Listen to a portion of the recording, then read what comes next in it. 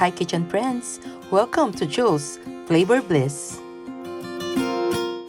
In today's kitchen adventure, gagawa tayo ng tatlong Italian appetizers.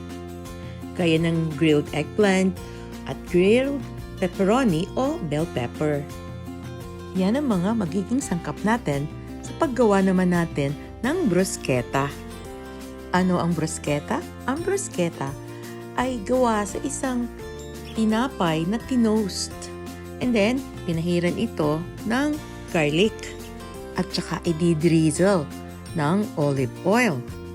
At ang bruschetta rin ay may iba't ibang toppings. So, depende na lang sa creativity nyo o sa fantasy nyo.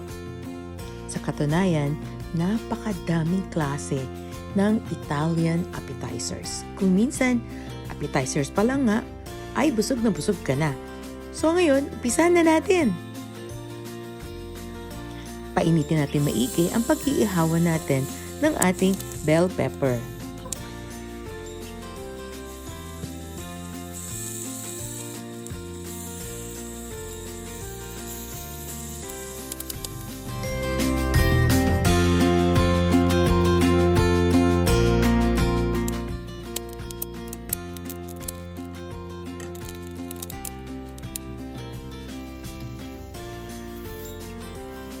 Sa pag-iihaw nito, nangangailangan din to ng kahit konting atensyon. Tanging mga balat lamang ang tinotoast ng gusto dito at hindi yung pinakalaman. At dahil dyan, mape-preserve natin ang sweetness ng ating bell pepper.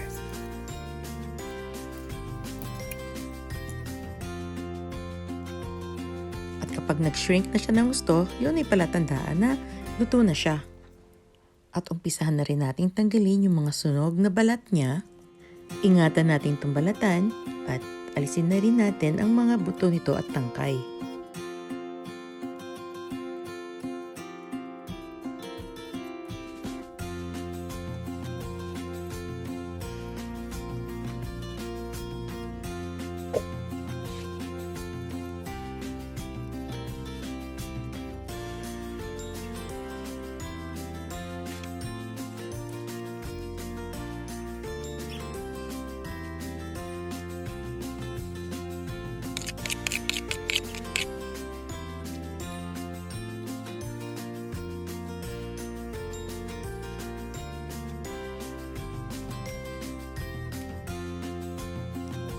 At kapag malinis na, pwede na natin itong i-slicein.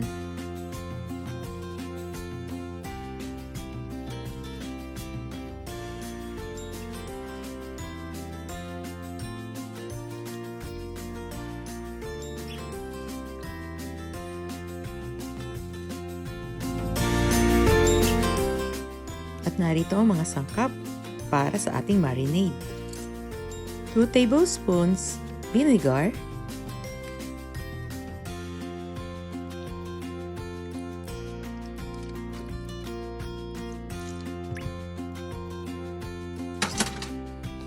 'mix na rin natin dito ang ating 1 teaspoon of salt at ang ating 3 segments ng sliced garlic. I-mix din natin ang ating 2 teaspoon ng capers. Maging ang ating bell pepper, ilagay na rin natin.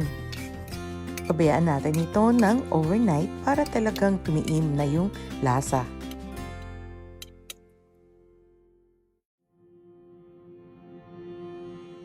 Alam nyo, ang sarap din itong ipares sa mga prito. At ito naman ang mga sangkap natin para sa ating grilled eggplant. Of course, ang talong, flat parsley, suka, olive oil, at asin. Ang una nating dapat gawin, slicein natin at least mga ½ inch at ibabad natin ito sa tubig na may asin for 30 minutes.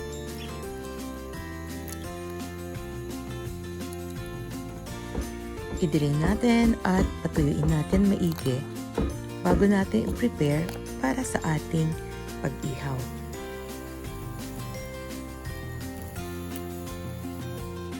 Ayan, at ready na siya to marinate. At ito naman ang kanyang mga sangkap.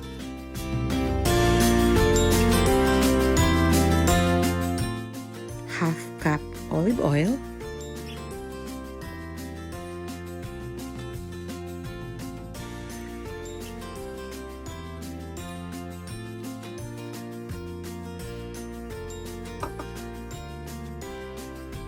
Two tablespoons vinegar.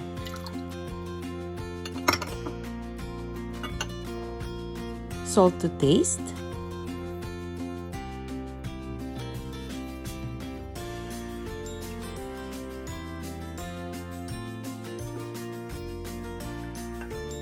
Chili flakes, depende kung gaano kaanghang ang gusto nyo. Then sliced garlic, at least 3 segments.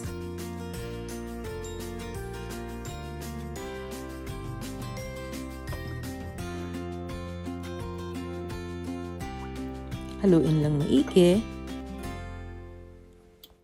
Then yung ating chopped flat parsley.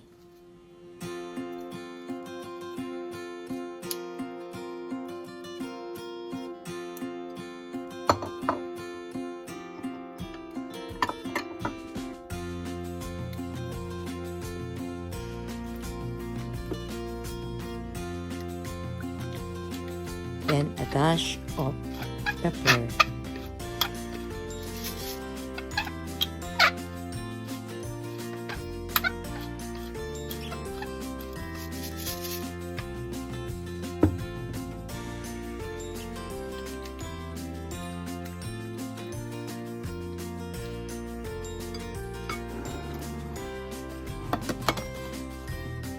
I-ice na rin natin siya sa ating container.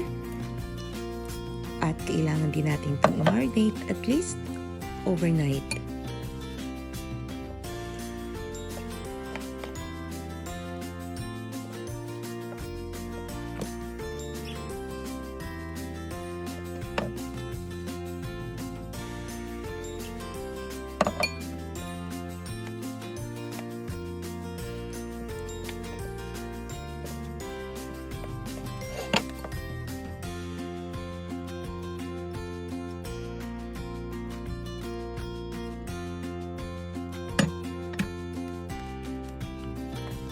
At ready na rin to para bukas.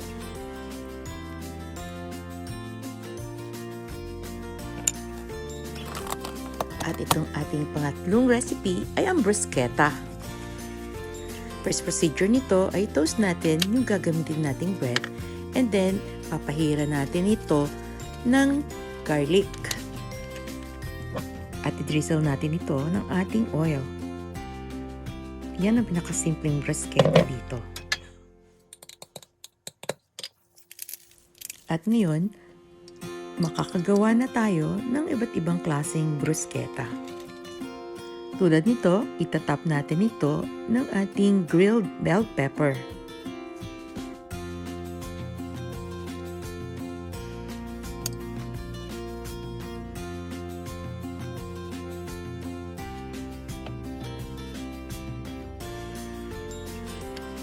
Then, ito namang ating grilled eggplant.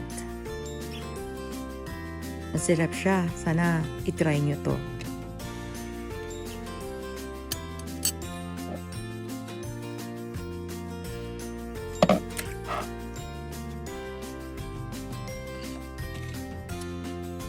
Then ngayon, slices ng cherry tomatoes or any kind ng kamatis po pwede. Hahaluan na rin natin ito ng ating anchovies.